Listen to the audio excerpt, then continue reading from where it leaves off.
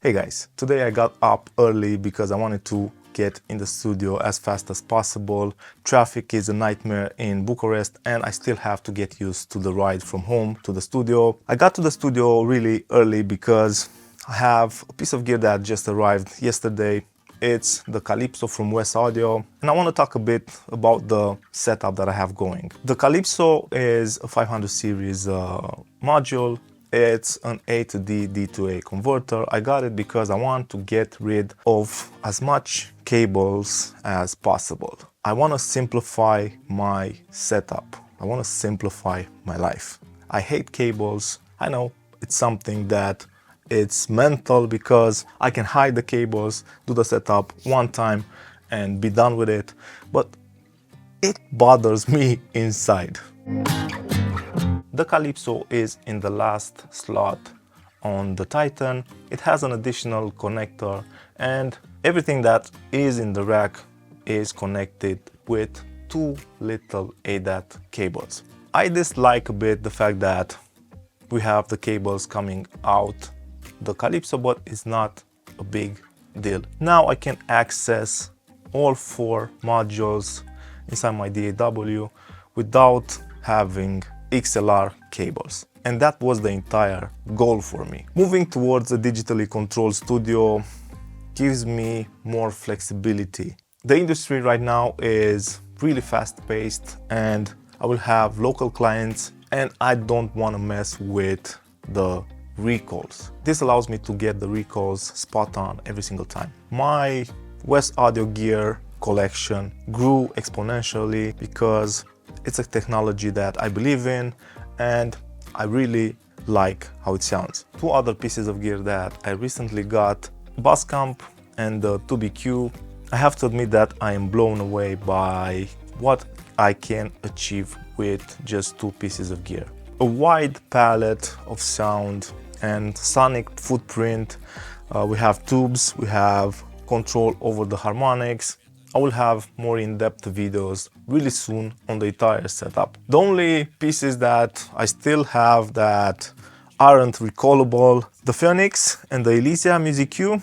I'm thinking about selling them, but I still want to find some replacement for the Music Q.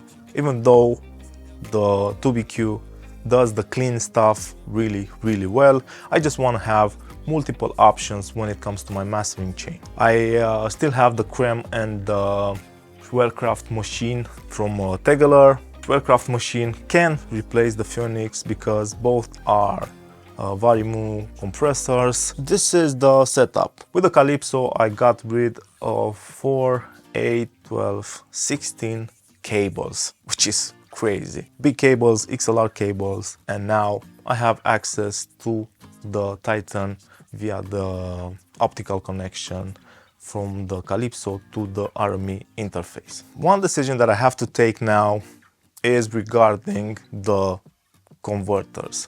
If I want to go in the same direction and keep things simplified, then I have to get rid of the AD Plus and the B16. Not because they sound bad or anything like that, but because of how they connect to the UFX Plus. We have multiple cables, we have wall clock, so it's a messy setup. One option that I have right now is to keep the ADI 2 Pro FS from RME and use that to feed the mastering chain through the console and through the entire desk. That's something that I consider. I am testing it right now. That's what's feeding the mastering chain at the moment. The Nova stays because it's just amazing. To keep things simple, I also decided to change how I have everything cabled in the mastering console. Inside of me, there's a battle and I want flexibility, but also I want things to be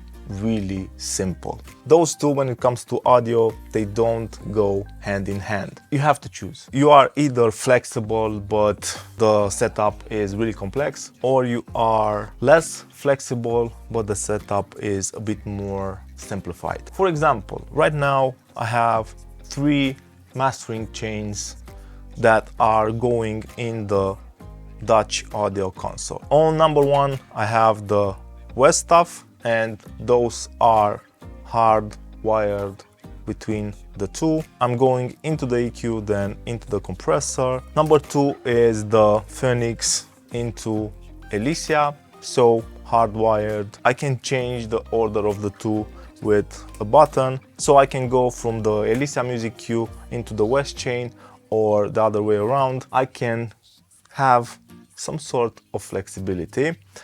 And the third chain is the Tegeler chain with the creme at the end of the chain because it's a gentle EQ. That's what I have right now. Like I've said, the entire mastering chain is fed by the RME ADI 2 Pro FS, and so far so good. I like it, no problem whatsoever. It's a clean converter, and I love the fact that I can control it from an app. It has the remote app, you can see it in the corner of the screen. I will have a full review on the converter sometimes soon, but the fact that you can control every single function of the converter with an app, it's a dream. Again, things are simple. It's not something that you have to work against, that you have to work for it. I hate the fact that you cannot rack it, but beside that is a beautiful piece. So this is just a quick studio update. I plan to do more of this type of videos because I want to have a conversation with you, and I want to announce that these videos will go over to Patreon too. I want to build a tribe, I want to build a community. YouTube is not a good place for content creators at the moment. I hate the fact that we don't have a bridge between the content creator and the community. The only communication here on YouTube is via the comment section, which is pretty strange. I want to do other things too. I want to start doing live streams. I don't know where, maybe on Twitch, maybe on TikTok. Streams where I mix, I master, where I talk about gear. My main goal moving forward is to build the tribe around the content that I love to create, because I wanna offer you actual value with the content. I don't wanna feel pressured about the numbers that I'm doing here on YouTube, the numbers of subscribers or things like that. I just want to create good content and content that you want. I will probably have a Patreon page around here. Go follow that, because I'm trying to move more in that direction where I can actually communicate with the people that are supporting me. Thanks for the support, and I hope that you enjoyed this video. See you guys really soon. Cheers.